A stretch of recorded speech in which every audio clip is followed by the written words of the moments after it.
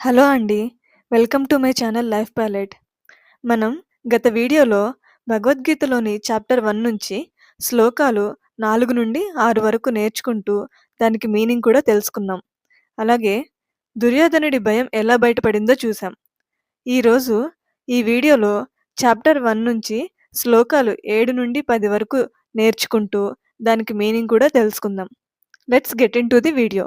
अस्माकं तु विशिष्टाये तान्निबोधद्विजोत्तमा नायका मम सैन्यस्य सैन्यार्थं तान् ब्रवीमि ते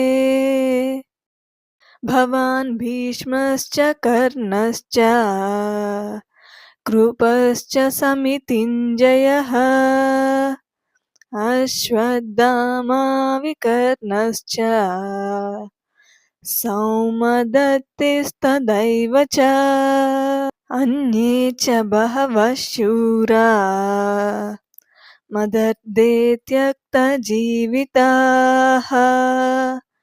नानाशस्त्रप्रहरणाः सर्वे युद्धविशारदाः अपर्याप्तं तदस्माकं बलं भीष्माभिरक्षितम् पर्याप्तं त्विदमेतेषां బలం భీమాభిరక్షితం. ఈ శ్లోకాలలో దుర్యోధనుడు తన గురువైన ద్రోణాచార్యుడితో ఇలా మాట్లాడుతున్నాడు. ముందుగా అతను ఇలా అంటాడు, గురువుగారు, ఇప్పుడు మా వైపు ఉన్న ముఖ్యమైన యోధుల గురించి మీకు చెప్పాలి. అంటే ఇంతవరకు పాండవుల బలాన్ని చెప్పిన దుర్యోధనుడు ఇప్పుడు తన వైపు కూడా బలం ఉందని తన మనసుకు ధైర్యం చెప్పుకునే ప్రయత్నం చేస్తున్నాడు. తర్వాత అతను ఒక్కొక్కరి పేరు చెబుతాడు. మీరు ఉన్నారు, భీష్ముడు ఉన్నాడు, కర్ణుడు ఉన్నాడు, కృపాచార్యుడు ఉన్నాడు, అశ్వత్థామ ఉన్నాడు, వికర్ణుడు ఉన్నాడు, సౌమదత్తి ఉన్నాడు. ఇలా పెద్ద పెద్ద పేర్లు చెప్పడం చూస్తే మనకు ఒక విషయం అర్థమవుతుంది. దుర్యోధనుడు తన వైపు ఉన్న పెద్దవాళ్లను గుర్తు చేసుకొని తన భయాన్ని తగ్గించుకోవాలని చూస్తున్నాడు. తర్వాత అతను ఇంకా ఇలా అంటాడు, ఇవాళ మాత్రమే కాదు, ఇంకా చాలామంది వీరులు నా కోసం ప్రాణాలు కూడా వదిలేంత ధైర్యంగా ఉన్నారు. వాళ్ళందరూ వివిధ రకాల ఆయుధాలు వాడగలరు, యుద్ధంలో నిపుణులు. ఇది వింటే బయటకు చాలా ధైర్యంగా అనిపిస్తుంది, కానీ లోపల మాత్రం అతని మనసులో ఇంకా అనిశ్చితి ఉంది. అందుకే చివరి శ్లోకంలో అతను ఒక ముఖ్యమైన పోలిక చెబుతాడు. భీష్ముడు కాపాడుతున్న మా సైన్యం పెద్దదే, కానీ పూర్తిగా సరిపోతుందో లేదో తెలియదు. అదే పాండవుల సైన్యం మాత్రం భీముడు కాపాడుతున్నాడు, అందుకే వాళ్ళ బలం పూర్తిగా సరిపోతుంది.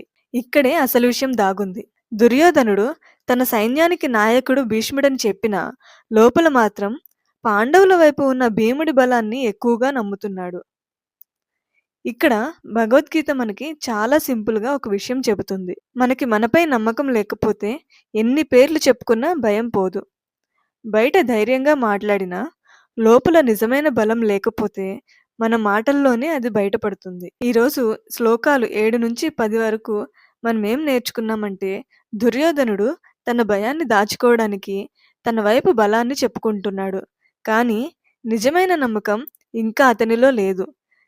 భగవద్గీత ఇక్కడ మనకి యుద్ధం గురించి కాదు, మనసు గురించి నేర్పిస్తోంది. ఇలాంటి మరిన్ని శ్లోకాలు విత్ మీనింగ్ తెలుసుకోవాలి అనుకుంటే లైఫ్ ప్యాలెట్ ఛానల్ని సబ్స్క్రైబ్ చేసుకోండి. మీ పిల్లలతో కలిసి చూడండి. తర్వాతి వీడియోలో చాప్టర్ 1 నుంచి మరిన్ని శ్లోకాలు ఇలాగే అర్థం చేసుకుందాం.